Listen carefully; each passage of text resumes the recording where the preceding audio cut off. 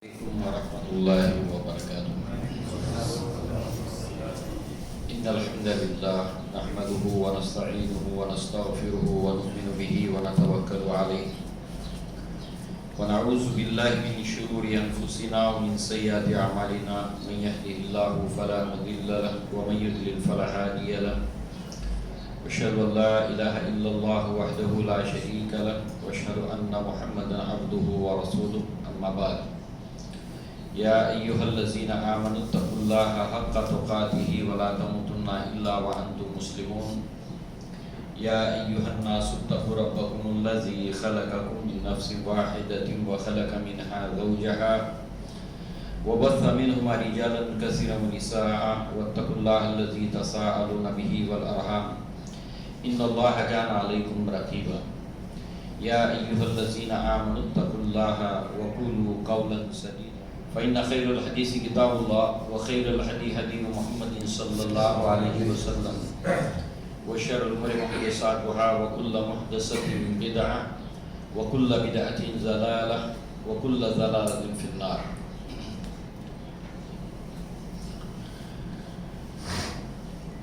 وقال الله تبارك وتعالى: لقد كان لكم في رسول الله أسوة حسنة لمن كان يرجو الله واليوم الآخر وذكر الله كثيرا. گزشتہ مرتبہ ہم نے یہ دیکھا اللہ کے نبی صلی اللہ علیہ وسلم کی سیرت کے حوالے سے، اور جب اللہ کے نبی کی سیرت کو ہم سنتے ہیں پڑھتے ہیں تو آپ سے آپ اس کے اندر صحابہ کرام آ جاتے ہیں. گزشتہ مرتبہ ہم نے اللہ کے نبی کی سیرت میں یہ دیکھا کہ جب اللہ کے نبی نے عام دعوت شروع کی، اللہ تعالیٰ نے آپ کو حکم دیا اور آپ نے مکہ کے لوگوں کے اندر یہ پیغام پہنچانا شروع کیا، جو دوسرا مرحلہ تھا دعوت کا. پہلے اپنے رشتہ دار اقربا، دوسرا مرحلہ مکہ کے لوگ، تیسرا مرحلہ اطراف مکہ. اس طریقے سے اسٹیپ بائی اسٹیپ یہ بات آگے بڑھتی گئی. تو اب ہوا یہ کہ اللہ کے نبی نے جب لوگوں کو دعوت دینی شروع کی تو ہمیں یہ معلوم ہونا چاہیے کہ عرب کا جو ماحول تھا اور مکہ کا جو ماحول تھا اس کے اندر جو رہنے والے باشندے تھے وہ تین طرح کے تھے. مکہ میں رہنے والے باشندے یا مکہ کے اطراف اور عرب میں رہنے والے باشندے تین طرح کے تھے. ایک تو وہ تھے جن کو سمک سوائلز کہا جاتا ہے، یعنی کہ وہ وہیں کے رہنے والے تھے، جیسے قریش.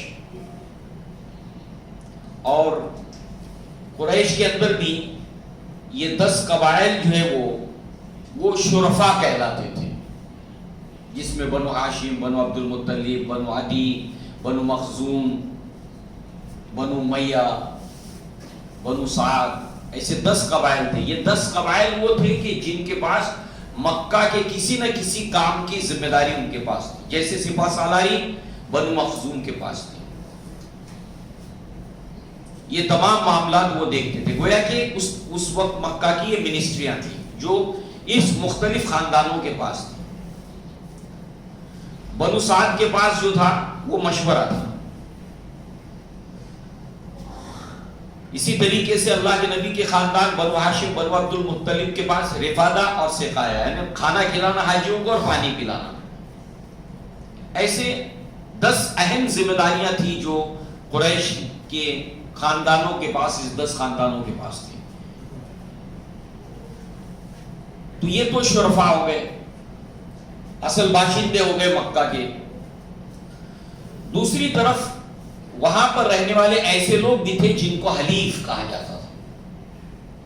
حلیف کا معنی یہ ہے کہ وہاں کے باشندے نہیں تھے، وہ کہیں باہر سے آ کر جو ہے وہ یہاں پر بسے تھے، مگر یہاں بسنے کے لیے وہاں کی شرائط کو پوری کرنا ضروری ہوتا تھا. وہ کیا تھی کہ اس کو کسی نہ کسی جو شرفا قبائل میں سے کسی قبیلے کے ساتھ ٹائپ کرنا پڑتا تھا، اس کے ساتھ کانٹریکٹ کرنا پڑتا تھا. اب کانٹریکٹ کے لیے وہ قبیلہ اس کے پاس جو بھی کنڈیشنز رکھتے ہیں. تو یہ دوسرے قسم کے لوگ تھے جو مکہ کے اندر آباد تھے یا اطراف مکہ کے اندر اور عرب میں آباد تھے. حلیف وہاں کے نہیں تھے، باہر سے آئے تھے. تیسرے غلام، چونکہ اس زمانے میں انسانوں کو خریدا بیچا جاتا تھا، تو تیسرے تھے انسان مگر ان کی حیثیت غلام کی تھی. اور غلام کا مطلب یہ ہے کہ وہ جس کا غلام ہوتا تھا وہ اس کی پراپرٹی ہوتا تھا، جائیداد ہوتا تھا. ہم کو آسانی سے سمجھنے کے لیے کہ جیسے آج کے زمانے میں کسی کے پاس بھیڑ بکریاں ہوتی ہیں، وہ اس کا مالک ہوتا ہے. اب وہ چاہے بیچ دے چاہے اس کو ذبح کرے، جو کچھ کرے اس کے اوپر نو آبجیکشن، کسی کو کوئی آبجیکشن نہیں. کیوں؟ کیونکہ غلاموں کی حیثیت یہی تھی وہاں پر، سلیوز. تو یہ تین طرح کے لوگ وہاں پر تھے. اب دیکھیے جہاں تک آزاد قبائل کا تعلق ہے، جیسے بھی ہم نے سنا بنو ہاشم ہو، بنو عبد المطلب ہو، بنو امیہ ہو، بنو مخزوم ہو، بنو سعد ہو، یہ آزاد قبائل تھے. اگر ان قبائل میں سے کوئی اسلام لے آتا تو اس کے اوپر جو چاہتا ہاتھ نہیں ڈال سکتا تھا مارنے کے لیے، اس کو روکنے کے لیے. اسلام کے اندر یہ نہیں تھا، اس لیے کہ ایسی صورت کے اندر وہاں پر خانہ جنگی ہونے کا امکان تھا. مثال کے طور پر ابو بکر صدیق رضی اللہ عنہ جب اللہ کے نبی کو 5ویں سال میں خانہ کعبہ کے اندر جب آپ کے اوپر اٹیک کیا گیا اللہ کے نبی کے اوپر، تو ابو بکر صدیق رضی اللہ عنہ بچانے کے لیے جب آگے بڑھتے تو سب لوگ اللہ کے نبی کو چھوڑ کر انہی کو بہت مارتے ہیں، وہ بے ہوش ہو جاتے ہیں. اس وقت ابو بکر کے قبیلے کے جو لوگ ہیں، بنو تیم کے لوگ، وہ سارے کے سارے جو اسلام لائے ہیں، وہ بھی جو نہیں لائے وہ بھی قسم کھاتے ہیں کہ جس نے ابو بکر کے ساتھ میں کیا ہم اس کو چھوڑیں گے نہیں، ہم اس کو جان سے ماریں گے. حالانکہ اس میں اسلام نہیں لانے والے بھی تھے. تو کہنے کا مطلب یہ کہ شرفاء کے قبائل کے اندر کسی شریف جو قریش کے خاندان میں سے کسی کے اوپر بھی کوئی بھی ہاتھ نہیں ڈال سکتا تھا. اس کے اندر خانہ جنگی کا امکان تھا، قبیلوں کے آپس کی لڑائی کا امکان تھا. اس لیے کیا کرتے تھے، اگر کوئی ان میں سے اسلام لاتا تھا شرفاء میں سے، تو لوگ جو ہے وہ اس کے خاندان والوں کے پاس جا کر، اس کے سردار کے پاس جا کر کہتے تھے ذرا سنبھالیے اپنے خاندان کے اس نوجوان کو، یہ جو ہے وہ بہک گیا ہے اور معاذ اللہ محمد صلی اللہ علیہ وسلم کی دین کی اس نے پیروی کر دی ہے اور تمہارے باپ دادا کے دین کو اس نے چھوڑ دیا ہے. جیسے ابو طالب کے پاس آئے سردار کے پاس کہ آپ اپنے بھتیجے کو سمجھاؤ، ایسے ہی یہ لوگ جو ہے وہ یہ طریقہ ان کا تھا شرفاء کو جو ہے وہ اگر کوئی شرفاء میں سے ایمان لاتا تھا. اب آپ دیکھیں کہ دوسری طرف جو ہے وہ جو حنیف قبائل تھے، اس کے اندر مثالیں تو بہت ہیں مگر ایک سیمپل کے طور پر ہم سامنے رکھیے، بس بات سمجھ میں آ جائے گی. اس کے اندر صہیب رومی کا نام آپ نے سنا، صہیب رومی یہاں پر آ کر بسے وہ، اس کے بعد جو ہے وہ یہاں سے بہت کچھ انہوں نے کمایا. جب یہ ہجرت کرنے لگے تو قریش نے ان کو روک لیا. ہجرت کا جب وقت آیا ہم اس وقت دیکھیں گے، مگر صرف سمجھنے کے لیے کہ یہ حلیف جو ہوتے تھے باہر سے آئے ہوئے آباد، تو اب جو ہے وہ جب وہ ہجرت کا وقت آیا جانے لگے تو قریش کے سارے سرداروں نے ان کو روک لیا. کہا کہ دیکھو تم نے جتنا بھی کمایا نا مال و دولت، یہ مکہ کے اندر آ کر کمایا، یہاں کے وسائل کو استعمال کر کے کمایا، لہذا ہم تھوڑی آپ کو ایسے لے جانے دیں گے. سب کو جانا ہے جا سکتے ہو مگر یہ سارا مال اسباب سے بھی چھوڑنا پڑے گا. صہیب رومی نے چھوڑا، سارا مال اسباب چھوڑ کر چلے گئے مدینہ کی طرف. جب اللہ کے نبی صلی اللہ علیہ وسلم کو اللہ نے وحی کے ذریعے سے بتایا صہیب رومی کے ساتھ کیا ہوا ہے، تو جیسے ہی صہیب رومی کو اللہ کے نبی صلی اللہ علیہ وسلم دیکھا تو فرمایا ربیحہ صہیب، ربیحہ صہیب. صہیب نے بڑے فائدے کا سودا کیا، بڑے فائدے کا سودا کیا. یعنی انہوں نے اپنی ساری دولت جو پوری زندگی محنت سے کمائی تھی سب ان کے حوالے کر دی مگر اسلام کو نہیں چھوڑا. یہ تھا اسلام کی قدر و قیمت. وہ جانتے تھے کہ یہ کتنا جو ہے وہ قدر و قیمت کا حامل ہے، ہر چیز اس کے لیے چھوڑی جا سکتی ہے. مگر آج آپ دیکھیں آج مسلمان اسی دنیا کی خاطر اسلام کو چھوڑ رہا ہے. وہ لوگ دین اور اس اسلام کی خاطر دنیا کو چھوڑ رہے ہیں. ایسی مثالیں سینکڑوں مثالیں. یہ فرق ہے، یہ فرق ہے. بالکل الٹا ہو گیا ہے. اب ان حلیف قبائل کے اندر ایک بہت ہی اہم خاندان تھا آل یاسر کے نام سے. یاسر ایک شخصیت کا نام ہے. عمار بن یاسر، اور یہ خاندان کے 4 افراد تھے، حلیف باہر سے آ کر بسے تھے۔ بنیادی طور پر یاسر جو ہے وہ یمنی قبیلہ بنو انس کے فرد یمن سے مکہ آئے تھے، اور ان کے مکہ آنے کی غرض و غایت کیا تھی کہ مکہ میں جب یہ آئے تھے تو اس وقت جو ہے وہ ان کے آنے کا مقصد جو تھا وہ یہ تھا کہ 3 لوگ یہاں پر آئے تھے، یاسر، حارث اور مالک، یہ تینوں بھائی یہاں پر آئے تھے اور اپنے کسی رشتہ دار کی تلاش میں آئے تھے، کہ چونکہ انسانوں کو بیچا اور خریدا جاتا تھا، اس لیے قافلوں کے اوپر جب ڈاکے پڑتے تھے تو انسانوں کو بھی قید کر لیا جاتا تھا اور ان کو لا کر بازاروں میں بیچ دیا جاتا تھا۔ تو یہاں پر جو ہے وہ یہ 3 بھائی، ان کا ایک رشتہ دار یا ان میں سے کسی ایک کا بیٹا جو ہے وہ ایسے ہی ایک حملے کے اندر جو ہے وہ ان سے بچھڑ گیا تھا، اور انہوں نے سنا کہ اس کو جو ہے مکہ میں لا کر بیچا گیا، تو اس کی تلاش میں یہ تینوں کے تینوں یہاں پر آتے ہیں۔ ان میں سے جو حارث ہے اور مالک ہے یہ واپس چلے جاتے ہیں، مگر یاسر جو ہے وہ یہیں پر رہ جاتے ہیں، اور اس طرح انہوں نے ابو حذیفہ مخزومی، یہ ولید ابن مغیرہ کے بھائی ہے، اس کے ساتھ میں کانٹریکٹ کر کے یہ یہیں پر رہتے ہیں۔ اور اس طرح سے آپ دیکھیے کہ ابو حذیفہ یاسر کی شادی جو ہے وہ ایک کنیز سمیہ بنت خیاط، سمیہ، ان کے ساتھ میں ان کا نکاح ہوتا ہے، اور انہی سے جو ہے وہ آپ دیکھیے کہ 2 بیٹے پیدا ہوتے ہیں، عمار اور دوسرے عبداللہ۔ اس طرح یہ 4 افراد تھے، یاسر، سمیہ، عمار اور عبداللہ، یہ 4 افراد ہیں جو مکہ کے اندر آباد ہے، باہر سے آئے ہوئے۔ اس طرح سے جو ہے وہ یہاں پر جب یہ اسلام لے آتا ہے، یہ خاندان جب اسلام لے آتا ہے، تو اب جس کا وہ حلیف ہے وہ اس کو ٹارگیٹ کرتا تھا، جس کا وہ حلیف ہے، ہاں، مگر وہ جس کا حلیف ہے اور اس کا سپورٹ اس کو ہے تو کوئی اور ہاتھ نہیں ڈال سکتا تھا اس کے اوپر۔ یہ سب رولز تھے قبائل میں، اس کے اوپر ہاتھ نہیں ڈال سکتا تھا وہ۔ ہاں، وہ اگر خود ہو کر اجازت دے دے تو الگ بات ہے۔ اسی لیے آپ دیکھیے سمیہ رضی اللہ عنہا کو اور یاسر رضی اللہ عنہ کو اور عمار کو جو مار دھاڑ کرنے کے لیے اس کے آقا نے، اس کے جو مخزومی قبیلے کا جو سردار تھا، اس نے اجازت دی تھی کہ جاؤ تم کو جو کرنا ہے کرو ان کے ساتھ، تو اس نے اجازت دی تو الگ بات ہے، ورنہ اجازت نہیں دی تو ان کے اوپر بھی ہاتھ نہیں ڈال سکتے تھے۔ تو یہ جو آل یاسر کا خاندان تھا، یاسر آل یعنی خاندان، یاسر یعنی یاسر، ان کا جو خاندان تھا، 2 بیٹے اور بیوی سمیہ، تو یہ لوگ جو ہے وہ جب اسلام قبول کیے تو اس پر جو ہے وہ بنو مخزوم کے لوگ بہت غصہ ہو گئے کہ تمہاری ہمت کیسے ہوئی کہ ہماری اجازت لیے بغیر تم اسلام لے آئے۔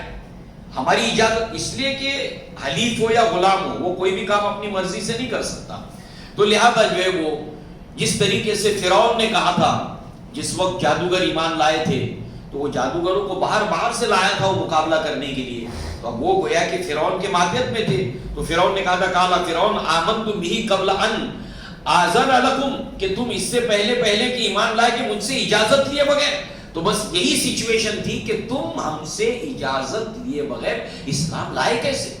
اب اس کے بعد جو ان کو تکلیف دی جاتی تھی، ہر روز اسلام سے پھر جاؤ، اسلام سے پھر جاؤ، حتیٰ کہ انہوں نے یاسر کے ساتھ کیا کیا، اور جب اللہ کے نبی صلی اللہ علیہ وسلم جب بھی ان کو دیکھتے ان کے اوپر، اور بیچ بازار میں لا کر ان کے اوپر ظلم کیا جاتا، اور ایسے ہی نہیں، یہ کوئی صرف غصہ نہیں تھا اس کے اندر، بلکہ اس کے اندر ایک اسٹریٹجی بھی تھی۔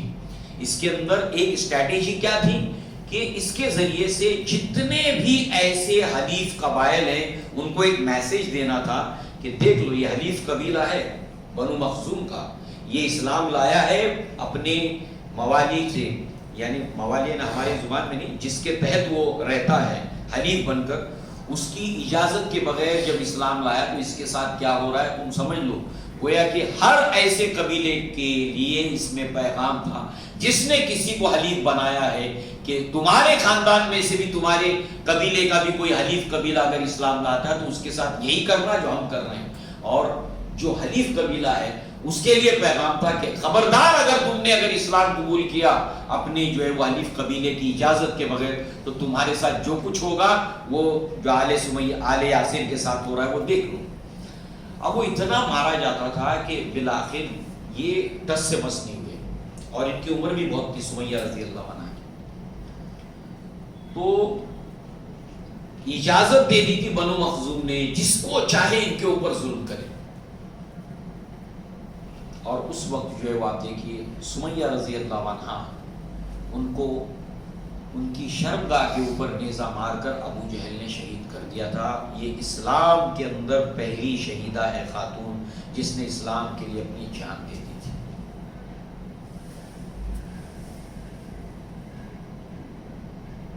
یہ ہے ان کو تکلیف دیے جانے کا معاملہ۔ یہ تھے اس وقت کے مکہ کے دہشت گرد۔ دہشت گردی کس کو کہتے ہیں؟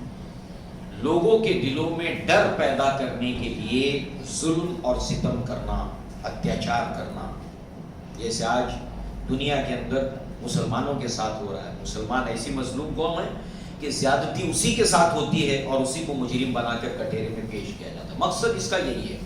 مگر دوسری طرف آپ دیکھیے دنیا میں آج حال یہ ہے کہ دنیا میں سب سے اول نمبر پر جو مذہب جس کو قبول کر رہے ہیں آج دنیا میں لوگ، اور خاص کر کے ترقی یافتہ ملکوں میں، جاپان میں یہ ریشو بہت بڑھ گیا ہے، امریکہ کے اندر، یورپ کے اندر بڑی تیزی کے ساتھ، اور اچھے اچھے شرفا اور عزت دار لوگ اسلام میں داخل ہو رہے ہیں۔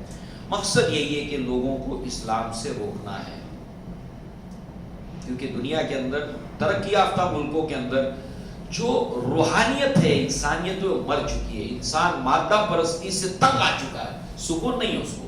سامان سب ہے، پیسہ اتنا ہے کہ رہنے کے لیے گھر ہے، گاڑی ہے، ساری چیزیں، مگر سکون میسر نہیں ہے۔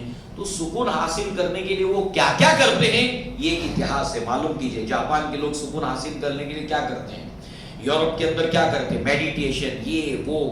اب اس کے بعد جب وہ تھک ہار جاتے ہیں اور اگر کہیں اسلام ان تک پہنچ جاتا ہے ان کے کان میں، اور جیسے وہ تھوڑا سا اسلام کا مطالعہ کر لیتے ہیں اس کے بعد جو اسلام کو تھام لیتے ہیں تو اس کو چھوڑنے کو تیار نہیں۔ یہ آج دنیا میں منظر نام ہے، اور ایسا ہو بھی کیوں نہ، کیونکہ اللہ کے نبی صلی اللہ علیہ وسلم نے قیامت سے پہلے کی جو نشانیاں بتائی ہیں، اشراط الساعہ، قیامت اس وقت تک نہیں آئے گی جب تک یہ چیزیں ہو نہ۔ ان میں سے ایک چیز یہ بھی ہے، اللہ کے نبی نے فرمایا ان اللہ زوالی الارض فرائت مشارقها ومغاربها ان امتی سیبلغ ملکها ما زوی منها۔ اللہ تعالیٰ نے پوری دنیا کو مجھے سکیڑ کر دکھا دیا، میں نے اس کے سارے ایسٹ اور ویسٹ، مشرق اور مغرب دیکھ لیے۔ سنو، یہ اسلام، یہ امت زمین کے ہر اس حصے کے اوپر داخل ہو کر رہے گی، اسلام داخل ہو کر رہے گا جو اللہ تعالیٰ نے سکیڑ کر مجھے دکھا دیا۔ بالکل اسی طرح سے ایک دوسری روایت میں اللہ کے نبی صلی اللہ علیہ وسلم نے فرمایا کہ لا یبقى من الارض بیت وبر، کہ کوئی بھی ایسا گھر باقی نہیں بچے گا، نہ کچا نہ پکا نہ محل۔ غریب کا گھر بھی، امیر کا گھر بھی، غریبوں میں بھی امیروں میں بھی آج وہی دیکھنے کو مل رہا ہے۔ لہذا جو ہے وہ ایسا باقی نہیں بچے گا الا ادخلہ اللہ الاسلام، کہ جس کے اندر اللہ تعالیٰ اسلام کو نہ داخل کر دے، بعز عزیز وذل ذلیل۔ تو اس طرح سے یہاں پر آپ دیکھیں کہ یہ قیامت سے پہلے ہوگا۔ تو یہاں پر جو ہے وہ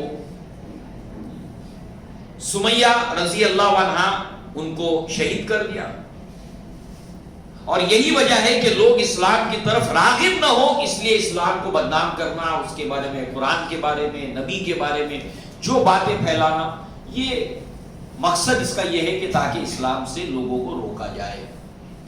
بہرحال اب دوسری طرف جو ہے وہ اس خاندان میں 4 میں سے رہ گئے 3، تو اب یاسر جو تھے ان کو ان کے مالک نے ایک ہاتھ سے ایک اونٹنی کو باندھا، دوسرے ہاتھ سے دوسرے اونٹنی کو باندھا، بازار میں مکہ کی، پھر ایک پاؤں کو ایک اونٹنی سے باندھا، ایک پاؤں کو دوسری اونٹنی سے باندھا، اور 4 سمتوں کے اندر اس اونٹنی کو جو ہے وہ جب دوڑایا ان کے جسم کے پرخچے ہو گئے۔ مقصد کیا تھا اس دہشت کے پیدا کرنے کا؟ جو بھی اسلام قبول کرنے کے بارے میں سوچ رہا ہے وہ سوچ لے اچھی طرح سے۔ یہ ہو گیا۔ اب اس کے ساتھ ساتھ جو ہے وہ آپ دیکھیے کہ اب رہ گئے یہ 2 بیٹے۔ اب ان 2 بیٹوں کا جو معاملہ تھا وہ یہ تھا کہ اس کے اندر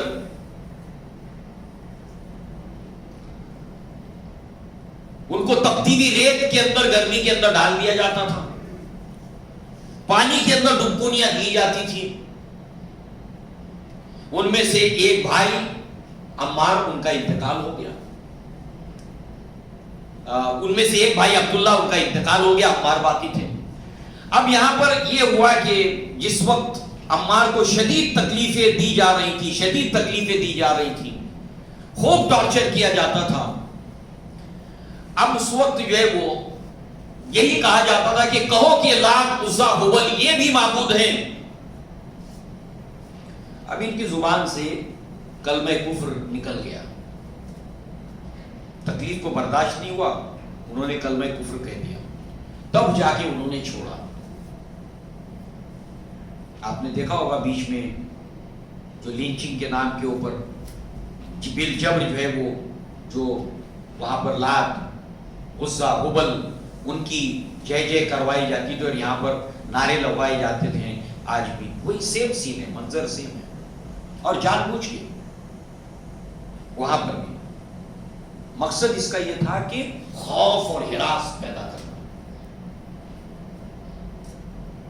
ظاہر سی بات ہے جو مومن ہوتا ہے، مسلمان ہوتا ہے، وہ صرف اللہ سے ڈرتا ہے، مگر ہمیں ایک مسئلہ ابھی یہاں جاننا چاہیے۔ انہوں نے کہہ دیا کلمہ کفر، تو اب اسلام کیا کہتا ہے؟ کسی نے اگر ایسا کہہ دیا تو اب کیا ہو گیا؟ اس کا اسلام ختم ہو گیا، اس کا دین ختم ہو گیا، وہ کافر ہو گیا، وہ مشرک ہو گیا۔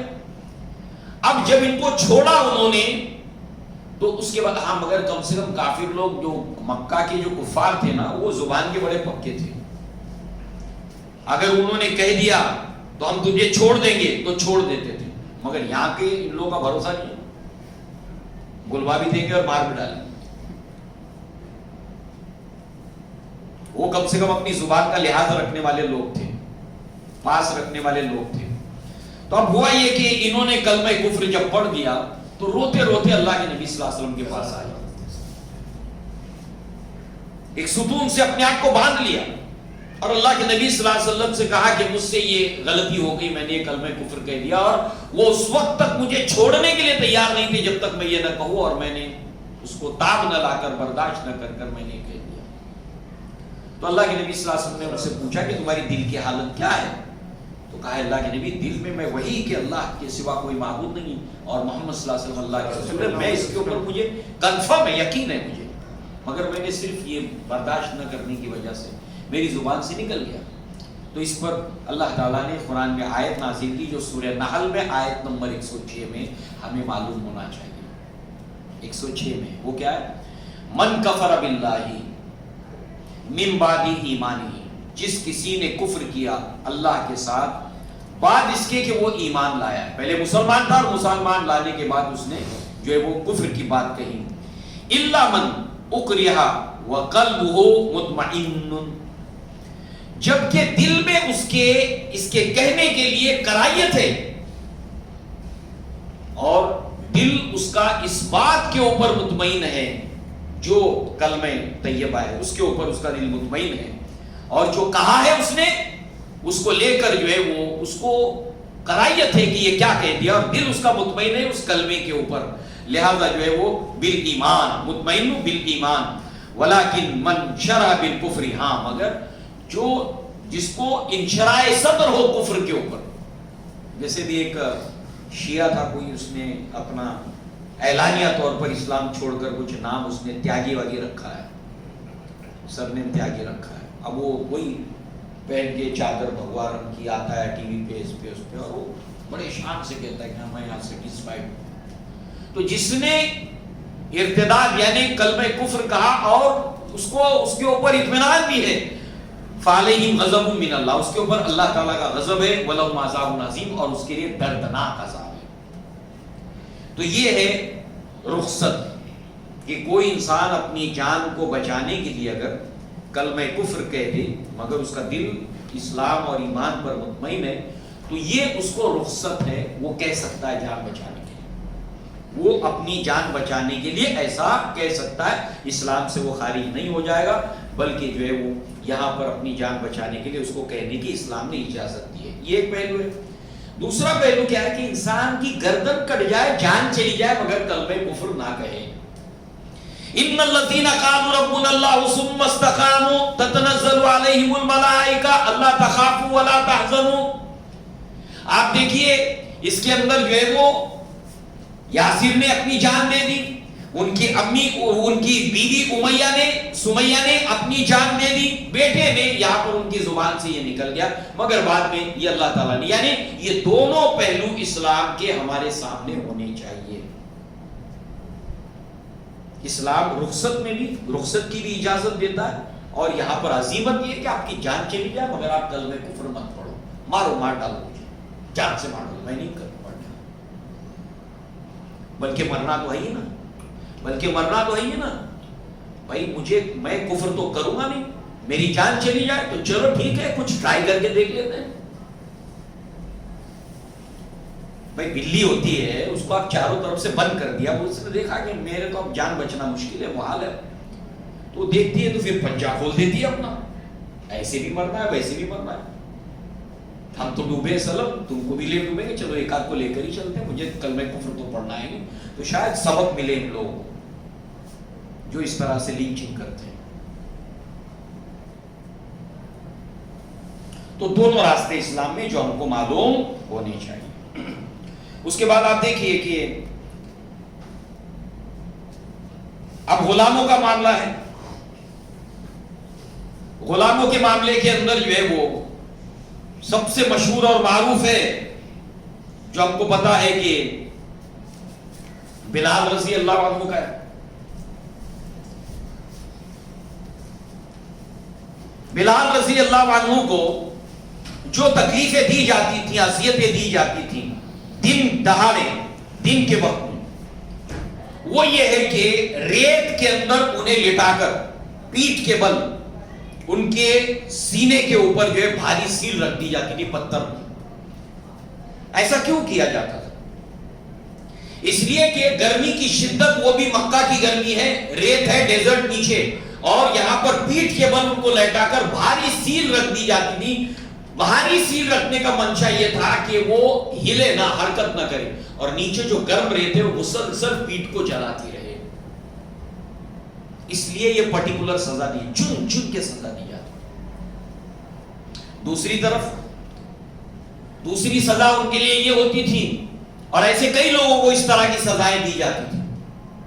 اور دوسری طرف جو ہے وہ جنگ کے اندر جو لڑتے ہوئے جو زرہ پہنی جاتی ہے, لوہے کی زرہ, کہ دشمن جب حملہ کرے گا تو وہ بچاؤ کرتی ہے, لوہے کا لباس ہوتا ہے, شرٹ سمجھ لیجیے آپ, لوہے کا, جالی کا بنا ہوا لوہے کا, وہ لباس ان کو پہنا کر جو پتھریلی سنگلاخ زمین ہوتی تھی اس کے اوپر پھینک دیا جاتا تھا. اب اوپر کوئی بوجھ نہیں ہے, سنگلاخ زمین میں پھینک دیا جاتا تھا. اب ظاہر سے آتے پتھر ہیں تو وہ لوہے کی جو چادر ہے وہ چبھتی ہے, اس کے لیے آپ آرام لینے کے لیے جیسی کروڑ بدلتے تو جو نکیلے پتھر ہے سنگلاخ زمین کے وہ اس میں سے دھستے ہیں, اندر تکلیف دیتے ہیں. جتنا ہلو گے اتنا تکلیف, جتنا ہلو گے اتنا تکلیف, اور یہاں پر نہیں ہلو گے تکلیف. ایسی تکلیف دی جاتی تھی بلال کو, اور ایسے کئی لوگوں کو. اسلام کی خاطر کیا کیا تکلیفیں صحیح ہے. اسی لیے ان سابقون الاولون کا بہت بڑا مرتبہ ہے. جان ہتھیلی پہ لینے کا معاملہ ہوتا تھا اسلام قبول کرنے کا مطلب, اس لیے ان سابقون الاولون کا مرتبہ ہے اسلام کے اندر اور دین کے اندر. پھر آوارہ بچوں کے حوالے کر دیا جاتا تھا بلال کو. اب وہ گلے کے اندر, ہاتھ میں, پاؤں میں رسی باندھ کر جو ہے وہ ان کو پکڑ کر پورے گلیوں میں یہاں سے وہاں گھماتے تھے. زبان خشک ہو جاتی تھی پیاس کے مارے, پانی نہیں دیا جاتا تھا.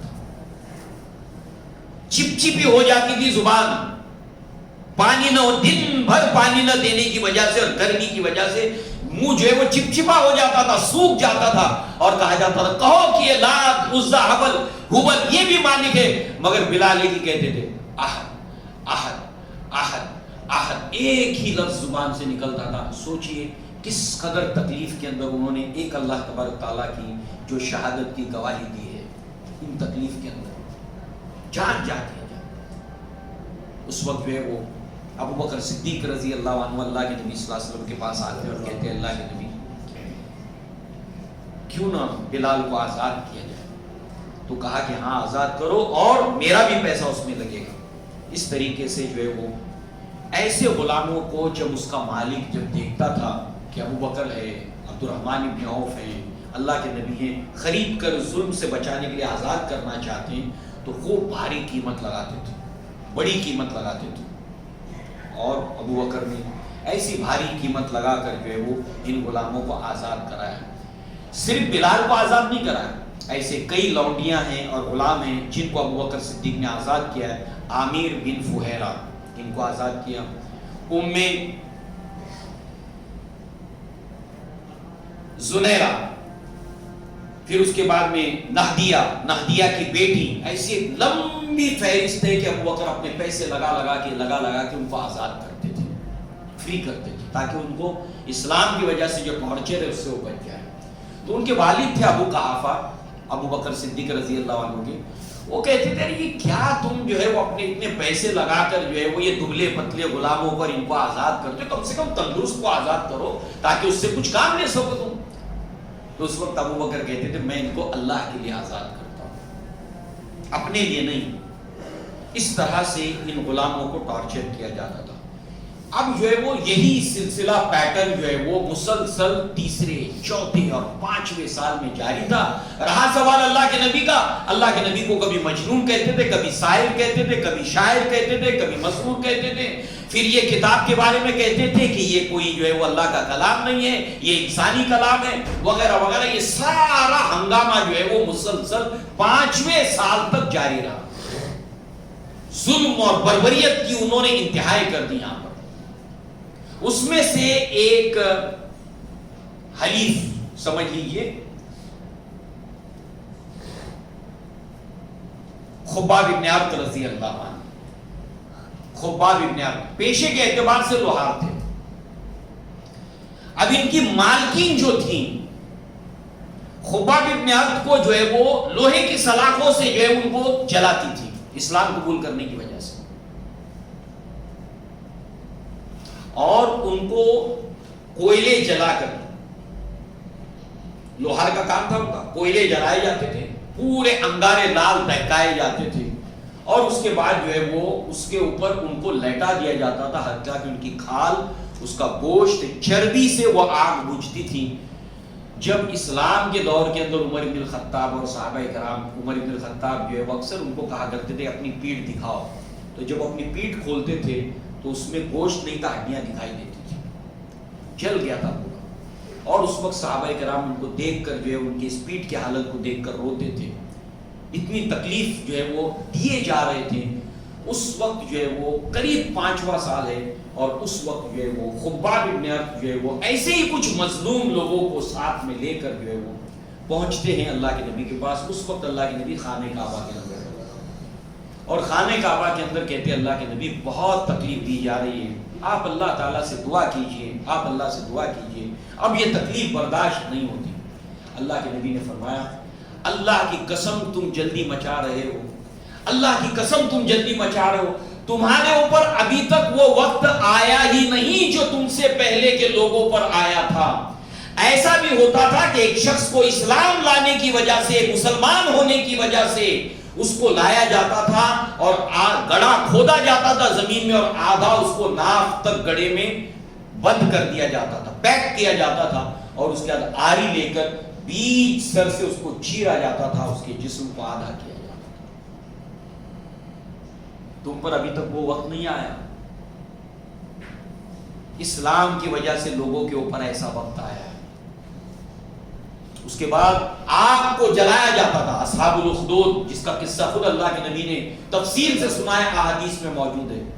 آگ جلائی جاتی تھی اور زندہ انسانوں کو جو اسلام قبول کیے ہوئے ان کو زندہ اس کے اندر جلا دیا جاتا تھا. ایک ہی قصور تھا ان کا، ان الذین قالوا ربنا اللہ ثم استقاموا، انہوں نے کہا کہ ہمارا رب اللہ ہے. اس کی سزا ان کو دی جاتی ہے، مگر یہ سزا اللہ تعالیٰ کو معبود ماننے کی وجہ سے آخرت کی وجہ، آخرت کے اندر یہ انعام ہے، بہت بڑا انعام ہے یہ آخرت کا. اللہ کی وجہ سے، اگر اللہ تعالیٰ کے اوپر ایمان لانے کی وجہ سے، اللہ کے رسول پر ایمان لانے کی وجہ سے، قرآن کی وجہ سے، مسلمان ہونے کی وجہ سے اگر جو بھی تکلیف ہوتی ہے، مسلمان یہ سمجھ لے اس کے لیے وہ بینک بیلنس ہے، نقصان نہیں ہے اس کا. یہ سمجھ لے اچھی طریقے سے، اس کا کوئی نقصان نہیں ہے، اس کا فائدہ ہے اس کے اندر. اگر اس طرح کی کوئی حالت ہوتی ہے، لہذا اس کے بعد جو ہے وہ آپ دیکھیے انسانوں کو لایا جاتا تھا اور لوہے کی کنگھیوں سے ان کے گوشت کو نوچ دیا جاتا تھا، دھسا کر اس کے اندر، حتیٰ کے اندر کی ہڈیاں سفید نظر آتی تھی. تمہارے اوپر ابھی وہ وقت نہیں آیا. ایسا ماضی میں ہمیشہ سے اسلام قبول کرنے والوں کے ساتھ ہوا ہے. پھر اللہ تعالیٰ نے اس میں سے راستے نکالے، مگر ابتدائی دور میں اسلام کے اندر ایسا ہی ہوتا تھا. اس کے بعد جو ہے وہ اللہ تعالیٰ نے اپنے نبی صلی اللہ علیہ وسلم کی طرف وحی کی اور اس ظلم سے بچنے کے لیے، بربریت سے بچنے کے لیے اللہ تعالیٰ نے جو اپنے نبی صلی اللہ علیہ وسلم کو وحی غیر مطلوع کے ذریعے سے جو اشارہ دیا وہ ہے ہجرت کا، ہجرت حبشہ ایتھوپیا. یہاں پر ہجرت کا اللہ کے نبی نے اشارہ کیا کہ وہاں کا بادشاہ عدل و انصاف والا ہے، تم اس طرف جاؤ. اب جو ہے وہ صحابہ کرام ایک ایک، دو دو، تین تین، چار چار کر کے جدہ کے جو ہے وہ ساحل کے اوپر جمع ہوتے تھے وہاں کے، اور وہاں سے کشتیوں میں بیٹھ کر جو ہے وہ ایتھوپیا کی طرف نکل جاتے تھے. اس طریقے سے قافلے جو ہے وہ جدہ کی طرف جانے لگے. اس کا ایک زبردست ری ایکشن جو ہے وہ ہوا، اور وہ کیا ہوا، اور اس کے بعد قریش کے لوگوں نے، مکہ کے لوگوں نے کیا کیا ان کو روکنے کے لیے. اور جو چلے گئے تھے 100 سے زائد تھے، 100 سے زائد لوگ تھے جو چلے گئے تھے. اور اسی قافلے کے اندر عثمان بن عفان تھے جو اپنی بیوی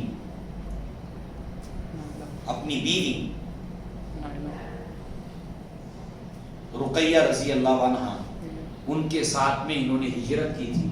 اللہ کے نبی صلی اللہ علیہ وسلم نے فرمایا کہ لوط علیہ السلام کے بعد یہ پہلا جوڑا ہے دھرتی کے اوپر جو میاں بیوی کا، جس نے اللہ کی راہ میں ہجرت کی ہے، میاں اور بیوی دونوں نے. اس کے بعد تو بہت سے اور میاں بیوی نے ہجرت کی، جیسے ام سلمہ، مگر ان کو کرنے نہیں دیا گیا. ابو سلمہ، ام سلمہ، ان کو کرنے نہیں دیا گیا مدینہ کی طرف جب یہ ہجرت. ہاں، مگر عثمان بن عفان کے بعد ابو سلمہ اور ام سلمہ انہوں نے بھی حبشہ کی طرف ہجرت کی تھی. بلکہ ام سلمہ سے طویل روایت ہے نجاشی کے دربار میں کیا ہوا تھا، مسند احمد کے اندر. تو بہرحال جو ہے وہ اللہ تبارک تعالیٰ نے یہ ہجرت کی. ہجرت کا ایک مقصد یہ ہوتا ہے کہ جب اللہ کی عبادت نہ کرنے دی جائے، اسلام کے اوپر عمل کرنے نہ دیا جائے، تو اللہ تعالیٰ نے حکم دیا ہے یا عبادی الذین آمنوا ان ارضی واسعۃ فایایا فاعبدون، اے میرے وہ بندو جو مجھ پر ایمان لائے ہو، میری زمین بہت وسیع ہے. اگر تمہیں کسی زمین کے خطے پر عبادت کرنے نہیں دی جا رہی ہے تو تم ہجرت کر جاؤ، بس عبادت میری ہی کرنا ہے. وما خلقت الجن والانس الا لیعبدون، ہماری زندگی کا مقصد عبادت ہے. وہ ہم کو معلوم ہو گیا نبیوں کے ذریعے سے، قرآن کے ذریعے سے. اب ہم اجالے میں آ گئے، اندھیروں میں سے. اب ہم لات، عزیٰ، ہبل ان مورتیوں کی پوجا کرنے والے نہیں، ہم عبادت کرنے والے صرف اور صرف ایک اللہ وحدہ لا شریک. تو یہ ہے انشاءاللہ اللہ کے نبی کی سیرت، جس کے حوالے سے صحابہ کا بھی سلسلہ ایک آتا ہے. انشاءاللہ ہم اس کو آگے جاری رکھیں گے. اللہ تعالیٰ سے دعا ہے کہ اللہ تعالیٰ ہمیں اپنے پیارے حبیب محمد رسول اللہ صلی اللہ علیہ وسلم کی سیرت کو پڑھنے سمجھنے کی توفیق عطا فرمائے اور اس کے مطابق اپنی عملی زندگی کو ڈھالنے کی توفیق عطا فرمائے. اقول قولی ھذا واستغفر اللہ لی ولکم ولسائر المسلمین والمسلمات وآخر دعوانا الحمد للہ رب العالمین. السلام علیکم.